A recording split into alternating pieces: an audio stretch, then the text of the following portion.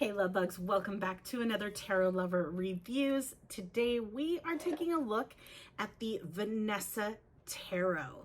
So if you've heard of this tarot deck or you haven't heard of this tarot deck, hopefully this review and the flip through that comes afterwards helps you to decide on whether or not this tarot deck is right for you. Now, if you want to skip straight to the flip through, take a look down in my description. I break down all of the suits into chapters to make it a lot easier for you to locate exactly where in the flip through you would like to start. But right now we are going to talk about the packaging. We're going to talk about the guidebook, and we're going to talk about the cards, card stock, card imagery, the size, everything. So if you're interested in the details, stick around. Otherwise, feel free to move on over to the flip through. So let's go ahead and start with the packaging. So we already saw the front, but just so everyone knows, the creator of this tarot deck is Leonard Narciso, I believe it is, Narciso. And the publisher for this tarot deck is US Games Systems Inc. So you should be able to find this tarot deck on their website. I haven't checked recently. I have had this tarot deck for a couple of years already, so I don't know if it's still an option on their website, but still check it out. And I'm pretty sure you can probably find this online at tarot stores or even Amazon. But the box or the tin opens like so, pretty straightforward. And I also don't believe this comes in a regular box as well. I think I've only ever seen it in a tin box, but I could be wrong. But yeah, that is the packaging. Now let's go ahead and take a look at the guidebook. So it is a little white book that you receive, and it gives you some information. It does give you general information for each of the cards. Now, how they bundled this up or how they made this work within the guidebook is you have the breakdown of all of the major arcana. And then when you get to the minor arcana, what they did was they bundled them up by numbers. So all of the aces are together, they're all grouped up and then in their suits, and then all of the twos are grouped up, all of the threes, and so on. So that's kind of how they've set it up in this case, and you get both an upright and reverse explanation for each of the cards, and they're not so specific to the cards themselves. They're pretty generic descriptions for each of the cards. Now, I do want to mention, and it's always wonderful to see, especially in little white books, there is a tarot spread that you can utilize at the end of the guidebook, along with some really cute little note sections that you can add little notes to it if need be. But I'm always happy to see that there is a tarot spread within the guidebook, because I'm always all about at least giving something to someone, especially if they're a new tarot reader, to utilize with their tarot deck. So that is the guidebook. Now let's go ahead and talk about the cards. So the first thing I want to show you is the backs of the cards. So super cute, super simple background. I love the purple and blue combo with the backs of this card, and you can't necessarily tell whether or not it's upright or reversed. So love that as well, especially if you read in reversals. Now, as you can see, it is a smaller card. This is a pocket edition or a tin edition. So the size of this deck is smaller than your typical tarot card size, which is totally fine because I enjoy the pocket size tarot decks because they fit so well in your hands, and shuffling them is like a dream. I love it. So I can do either the upright or reversal, upright or reversals. I can do either the regular or the pocket size or the mini decks. So yeah. Now, texture. So the texture on this is matte. It's a matte finish. You can hear the birds chirping outside my window. So you have a matte finish, which is fantastic. So the cards don't stick to each other, nor do they slip and slide everywhere when you're shuffling. The control is fantastic with this deck, and that kind of takes me to the cardstock. The cardstock is perfect. It's thick enough to where it keeps its integrity, but also still flexible enough to where you can easily shuffle this tarot deck, regardless of how you shuffle, if it's in that, you know, that riffle shuffle style, or if you do the under over method, you know, either way, any shuffling style with this deck will totally work, which is what I absolutely love. So that is the cards, card dimensions, the backings, the texture. Let's talk about the the naming convention. See, this is what happens when I talk too fast. Let's talk about the naming convention, and let's talk about the imagery, shall we? So when it comes to this, if you've seen my reviews, you know exactly what I'm going to say. Whenever I get into this part of the review where I talk about the naming convention and the imagery, I always compare to the Rider-Waite-Smith tarot deck. The reason being is because a lot of the guidebooks out there that you can purchase, besides utilizing the guidebook within the deck, is largely based off of the Rider-Waite-Smith imagery and naming convention. So if the tarot deck that you have doesn't necessarily utilize that same information, you may find it hard to utilize your tarot deck with that separate guidebook. Okay, so that's one reason. Another reason is there are hundreds of different tarot decks out there, probably close to thousands, I wouldn't be surprised, where the inspiration is largely based off of the Rider-Waite-Smith tarot deck. So the imagery may be based off of that.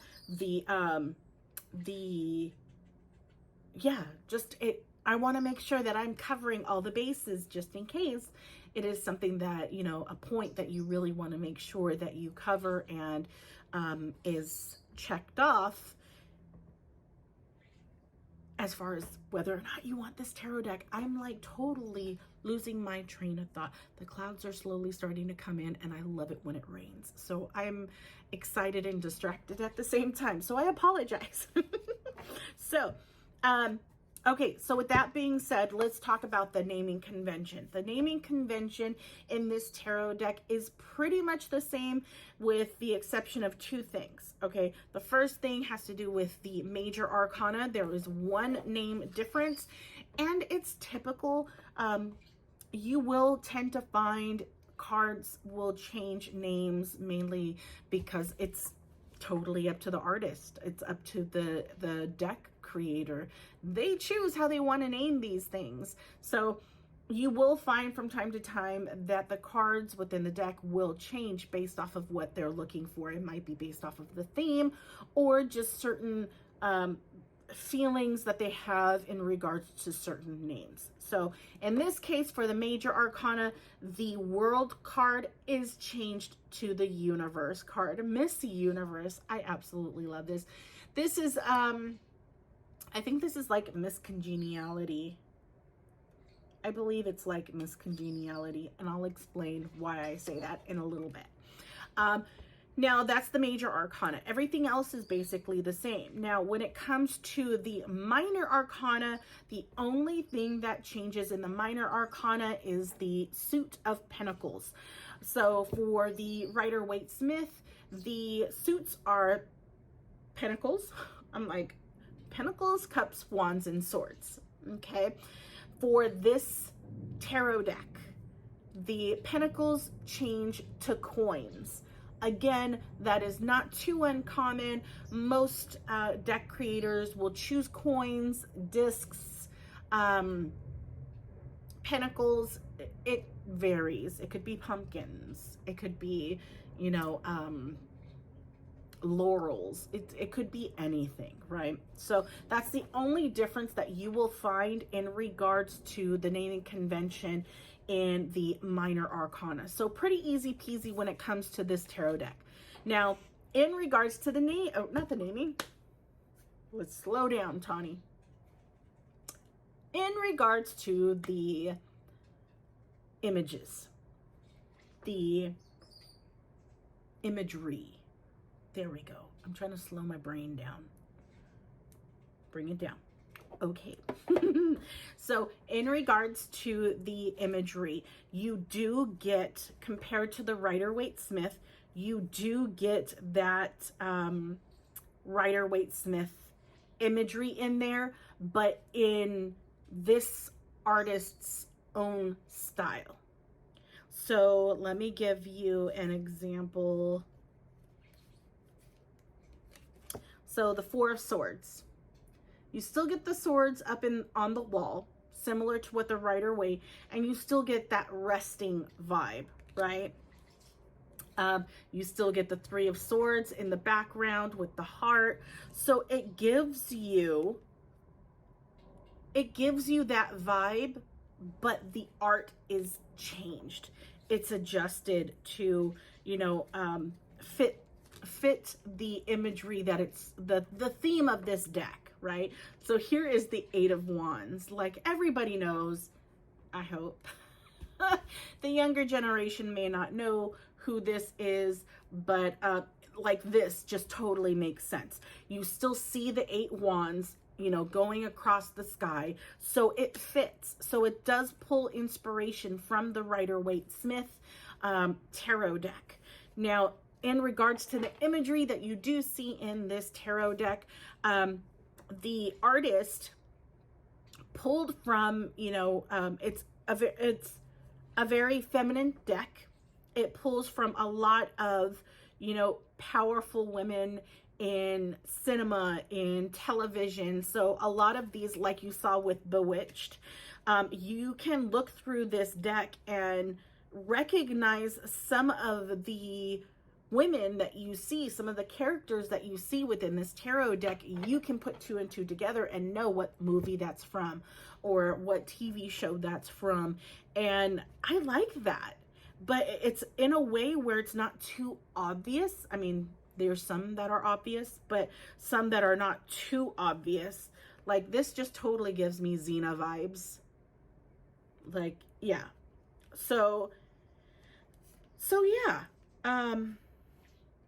Yeah. Other than that, it's interesting because when I first saw this tarot deck, just looking at it from the box, and I think that's another reason why I like to do these reviews, because just looking at the box, it's not enough to catch my eye. But my metaphysical shop that I purchased this deck from actually had samples of these cards out so that people could look at the cards before they purchased the deck. And I loved that idea. And because I was able to view some of the cards, more cards than just the major arcana, it gave me a reason to want to get this tarot deck. And I love this tarot deck. The readings, I do use it. The readings are fantastic. The readings are cute. The readings are like, honey, let's go. Okay, let's talk kind of thing. A very like woman to woman, mother to a child kind of thing. You know what I mean? So I absolutely love the vibe of this tarot deck. I really don't have any pain points when it comes to this tarot deck. The imagery just may not, you know, be everyone's cup of tea. I know it's very different from most tarot decks, so the artwork itself may not vibe for you, but coming from someone who didn't initially vibe with the imagery, just based off of what I could see on the front of the box, that changes when you look at all the cards and you have all the cards in your hands. So yeah, hopefully this review has helped you in some way. If it has, leave a like and check out my channel. Let me know if there is a tarot deck that you don't see in my reviews that you would like to see. Leave me a comment. Let me know what tarot deck that is. Chances are I might have that tarot deck and I just haven't done the video, or you just gave me another reason to purchase. another tarot deck. So yeah, thanks so much. My husband thanks you, really. All right, guys, so without further ado, here is the flip through. Enjoy, and I will talk to you next time. Bye.